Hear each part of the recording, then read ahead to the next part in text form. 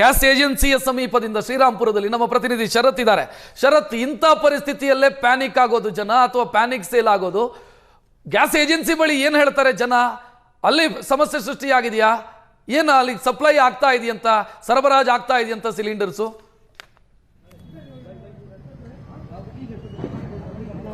ರಕ್ಷತ್, ಇದೀಗ ಏನು ಸಿಲಿಂಡರ್ ವ್ಯತ್ಯಯ ಆಗಿದೆ, ಕೆಲವೊಂದು ಗ್ಯಾಸ್ ಏಜೆನ್ಸಿಗಳ ಬಳಿ ಕೆಲವೊಂದಿಷ್ಟು ಹೈಡ್ರಾಮಾಗಳೇ ನಡೀತಾ ಇದೆ ಅಂತ ಹೇಳ್ಬೋದು. ಕಾರಣ, ಡೊಮೆಸ್ಟಿಕ್ ಸಿಲಿಂಡರ್ಗಳನ್ನ ಕಮರ್ಷಿಯಲ್ಗೆ ಸಪ್ಲೈ ಮಾಡ್ತಿದ್ದಾರೆ ಎನ್ನುವಂತ ಒಂದು ಆರೋಪ ಸದ್ಯಕ್ಕೆ ಕೇಳಿಬಂದಿರುವಂತದ್ದು. ಜೊತೆಗೆ ಯಾರು ಗ್ಯಾಸ್ ಅನ್ನ ಬುಕ್ ಮಾಡಿದ್ದಾರೆ, ಯಾರಿಗೆ ಕೊಡಬೇಕಾಗಿತ್ತು ಅವರ ಹೆಸರಿನ ಮುಂದೆ ಟಿಕ್ ಮಾರ್ಕ್ ಇದೆ, ಆದ್ರೆ ಅವರ ಹೆಸರಿನ ಗ್ಯಾಸ್ ಇಲ್ಲ, ಅದು ಬೇರೆಯವರ ಪಾಲಿಗೆ ಸಪ್ಲೈ ಆಗಿದೆ ಅಂತ ಹೇಳಿ. ಜೊತೆಗೆ ಗ್ಯಾಸ್ ಕೊಳ್ಳೋದಕ್ಕೆ ಬಂದಂತಹ ಸಂದರ್ಭದಲ್ಲೂ ಕೂಡ ಅಮೌಂಟ್ ಅನ್ನ ಡಿಮ್ಯಾಂಡ್ ಮಾಡ್ತಿದ್ದಾರೆ ಎನ್ನುವಂತ ಒಂದು ಆರೋಪ ಕೂಡ ಕೇಳಿ ಬಂದಿತ್ತು. ನಾನು ಶ್ರೀರಾಂಪುರ ಬಳಿ ಇರುವಂತಹ ಒಂದು ಅನ್ಮೋಲ್ ಗ್ಯಾಸ್ ಏಜೆನ್ಸಿ ಎನ್ನುವಂತಹ ಒಂದು ಪ್ರೈವೇಟ್ ಗ್ಯಾಸ್ ಏಜೆನ್ಸಿಯ ಬಳಿ ಇದ್ದೇನೆ. ನೀವು ಸದ್ಯಕ್ಕೆ ಗಮನಿಸುತ್ತಿರುವಂತೆ ಇಲ್ಲಿ ಕೆಲ ಹೊತ್ತಿನ ಮುಂಚೆ ಗ್ರಾಹಕರೆಲ್ಲರೂ ಕೂಡ ಸೇರಿ ಗಲಾಟೆಯನ್ನು ಮಾಡುವಂತಹ ಕೆಲಸವನ್ನು ಮಾಡಿದ್ರು. ಈ ವಾಹನವನ್ನು ಕೂಡ ಕ್ಲೋಸ್ ಮಾಡುವಂತಹ ಕೆಲಸವೂ ಕೂಡ ಆಗಿತ್ತು. ಇದೀಗ ಎಲ್ಲವನ್ನು ಕೂಡ ನಿಲ್ಲಿಸುವಂತಹ ಕೆಲಸವನ್ನು ಏಜೆನ್ಸಿಯವರು ಮಾಡಿದ್ದಾರೆ. ಏಷ್ಯಾನೆಟ್ ಸುವರ್ಣ ನ್ಯೂಸ್ ಬಂದ ಪ್ರಶ್ನೆ ಮಾಡ್ತಾ ಇದ್ದ ಹಾಗೆ ಎಲ್ಲರಿಗೂ ಕೂಡ ಸಮಜಾಯಿಷಿಯನ್ನು ನೀಡಿ ಕಳಿಸುವಂತಹ ಕೆಲಸವನ್ನು ಮಾಡಿದ್ದಾರೆ. ಕೆಲವೊಂದಿಷ್ಟು ಗ್ರಾಹಕರ ಗ್ಯಾಸ್ ಬುಕಿಂಗ್ ನಲ್ಲಿ ಅವರ ಹೆಸರಿನ ಮುಂದೆ ಅವರು ಟಿಕ್ ಮಾರ್ಕ್ ಅನ್ನು ಮಾಡಿಕೊಂಡಿದ್ದಾರೆ, ಆದ್ರೆ ಅವರಿಗೆ ಯಾವುದೇ ರೀತಿಯೂ ಕೂಡ ಗ್ಯಾಸ್ ಅನ್ನು ಕೊಟ್ಟಿಲ್ಲ.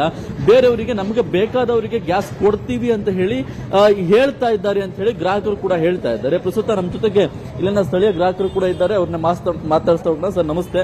ಇಲ್ಲಿ ಕೆಲವೊಂದಿಷ್ಟು ಈ ಜಾಗದಲ್ಲಿ ಕೆಲವೊಂದಿಷ್ಟು ಆರೋಪಗಳು ಕೂಡ ಕೇಳಿ ಬರ್ತಾ ಇದ್ವು. ಇವತ್ತು ಬೆಳಗಿನಲ್ಲೂ ಕೂಡ ನೂರಾರು ಸಂಖ್ಯೆಯಲ್ಲೂ ಕೂಡ ಇಲ್ಲಿ ಜನ ಸೇರ್ಕೊಂಡಿದ್ರು. ಏನಾಯ್ತು ಸರ್? ಈಗ ಈ ಪರಿಸ್ಥಿತಿ ಕೂಡ ತಿಳಿಯಾಗಿದೆ, ಏನ್ ಹೇಳ್ತೀರಾ ಸರ್? ಇದ್ರ ಬಗ್ಗೆ ಏನಂದ್ರೆ, ಈ ರಾಜಾಜಿನಗರ್ ಕಾನ್ಸ್ಟಿಟ್ಯೂಷನ್ ವಿಧಾನಸಭಾ ಕ್ಷೇತ್ರ ದಯಾನಂದ ನಗರ್ ವಾರ್ಡು, ಭಾರತ್ ಗ್ಯಾಸ್ ಇರೋದು ಕಮಲಾನಗರ ಏಜೆನ್ಸಿ ಶ್ರೀರಾಂಪುರ 6ನೇ ಕ್ರಾಸ್ ಒಳಗೆ ಡಂಪಿಂಗ್ ಮಾಡ್ತಾರೆ. ಈ ಡಂಪಿಂಗ್ ಮಾಡಿಸ್ಕೊಂಡು ಬುಕ್ ಮಾಡಿರೋರಿಗೆ ಇವ್ರು ನೀಡ್ತಾ ಇಲ್ಲ. ಏನಂದ್ರೆ ಅವ್ರು ಇಷ್ಟ ಬಂದಿದ್ದಂಗೆ ಸಿಂಗಲ್ ಸಿಲಿಂಡರ್ ಇರೋರ್ಗೂ ಸಿಗ್ತಾ ಇಲ್ಲ, ಡಬಲ್ ಸಿಲಿಂಡರ್ ಇರೋರ್ಗು ಸಿಗ್ತಾ ಇಲ್ಲ. ಇವರು ಬೇಕಾಬೆಟ್ಟಿ ಅಂತ ಇವ್ರು ಏನ್ ಮಾಡ್ತಾರೆ, ಬುಕ್ ಮಾಡಿರೋರ್ಗೆ ಬಿಟ್ಬಿಟ್ಟು ಇವ್ರಿಗೆ ಕುತ್ತಾಗಿ ಯಾರು ಬೇಕಾಗಿದೆ ಅವ್ರ ಹತ್ರ ಹೆಚ್ಚಿಗೆ ಅಮೌಂಟ್ಗಳನ್ನ ತಗೊಂಡು ಅವ್ರಿಗೆ ಡಿಸ್ಟ್ರಿಬ್ಯೂಟ್ ಮಾಡ್ತಾರೆ. ದಯಮಾಡಿ ಇದನ್ನ ತಡಿಸ್ಬೇಕಂತ ತಮ್ಮೊಳಗೆ ಮನವಿ ಕೇಳ್ಕೊಂತೀವಿ ನಾವು. ಇಲ್ಲಿ ಯಾವುದೇ ಶಾಸಕರು ಯಾರನ್ನು ಬಂದ್ಬಿಟ್ಟು ಇಲ್ಲಿ ಬಡವ್ರ ಬಗ್ಗೆ ಕೇಳೋರಿಲ್ಲ. ಇಲ್ಲಿ ಜಾಸ್ತಿ ಇರೋರು ಬಡ ಕುಟುಂಬಕ್ಕೆ ಸೇರಿರೋರೇ ದಲಿತರುಗಳೇ ಜಾಸ್ತಿ ಇರೋದು. ಅದರಿಂದ ಇವ್ರಿಗೆ ಕೇಳೋರು ಗತಿನೇ ಇಲ್ಲ ಅಂತ ಈ ಕಾನ್ಸೆಷನ್ ಈ ವಾರ್ಡ್ ಜಾಸ್ತಿ ಅಮೌಂಟ್ ಎಲ್ಲ ಕೇಳ್ತಾ ಇದಾರೆ ಅಂತ ಹೇಳಿ. ಎಲ್ಲ ಗ್ಯಾಸ್ ಪ್ರೈಸ್ ಏನ್ ಫಿಕ್ಸ್ ಆಗಿದೆ, ಅದಕ್ಕಿಂತ ಜಾಸ್ತಿ ಅಮೌಂಟ್ ಕೇಳ್ತಾ ಇದಾರೆ. ಮತ್ತೆ ಬುಕ್ ಮಾಡಿದವರು ಬಿಟ್ಟು ಬೇರೆಯವ್ರಿಗೆ ಕೊಡ್ತಾ ಇದ್ದಾರೆ, ಬೇರೊಬ್ರು ಕೊಡ್ತಾ ಇದ್ದಾರೆ ಸರ್. ಅದು 1500 1600 ಈ ತರ ಬಂದ್ಬಿಟ್ಟು ಬೇರೊಬ್ಬರಿಗೆ ಡಿಸ್ಟ್ರಿಬ್ಯೂಟ್ ಮಾಡೋದು. ಆ ಡಿಸ್ಟ್ರಿಬ್ಯೂಟ್ ಮಾಡೋರಿಗೆ ನಮ್ಮ ಕುತ್ತಾಗಿ ಕಣ್ಣೊಳಗೆ ನಾವು ಬಂದ್ಬಿಟ್ಟು ನೋಡಲ್ಲ. ಇವ್ರು ಫೋನ್ ಕಾಂಟ್ಯಾಕ್ಟ್ ಇಂದ ಕೊಟ್ಬಿಡ್ತಾರೆ, ಅದು ನಮಗೆ ಗೊತ್ತಾಗೋದಿಲ್ಲ. ನಮ್ಗೆ ಏನ್ ಬೇಕಾಗಿದೆ, ನಾವು ಬುಕ್ ಮಾಡಿದೀವಿ 2 days ಬಿಫೋರ್ ಬುಕ್ ಮಾಡಿದ್ಮೇಲೆ ನಮ್ಗೆ ತಲುಪಿಸೇ ಇಲ್ಲ. ನಾವು ಇಲ್ಲಿ ಬಂದ್ರೆ ಸಿಕ್ಲಿಲ್ಲ ಅಂದ್ರೆ ನಮ್ಗೆ ಆತಂಕ ಬಂದೇ ಬರುತ್ತೆ ನಮ್ಗೆ. ಅದರಿಂದ ಮಾಲೀಕರು ಬರ್ತಾ ಇಲ್ಲ. ಈ ಕಲ್ಸಿದವರು ಬಂದ್ಬಿಟ್ಟು ಯಾರಿಗೆ ಇವ್ರಿಗೆ ಕನ್ನಡನೂ ಅರ್ಥ ಆಗ್ತಾ ಇಲ್ಲ. ಇಂಥ ವ್ಯಕ್ತಿಗಳನ್ನ ಮಾಡಿಕೊಂಡು ನಾವು ಏನ್ ಸರ್ ಮಾಡೋದು? ದಯಮಾಡಿ ತಮ್ಮ ನ್ಯೂಸ್ ಕಡೆಯಿಂದ ಜನಗಳಿಗೆ ಒಂದು ಒಳ್ಳೇದಾಗಲಿ ಅಂತ ತಮ್ಮೊಳಗೆ ನಾವು ಮನವಿ ಮಾಡ್ಕೊಂತೀವಿ ಸರ್.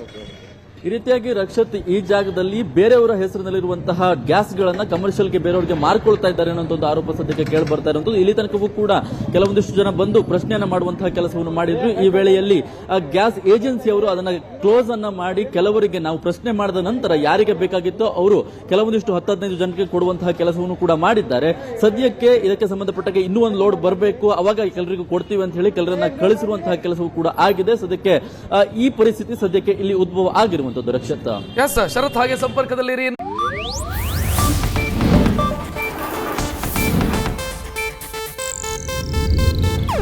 ಇದು ಏಷ್ಯಾನೆಟ್ ನ್ಯೂಸ್ ನೆಟ್ವರ್ಕ್ ಪ್ರಸ್ತುತಿ.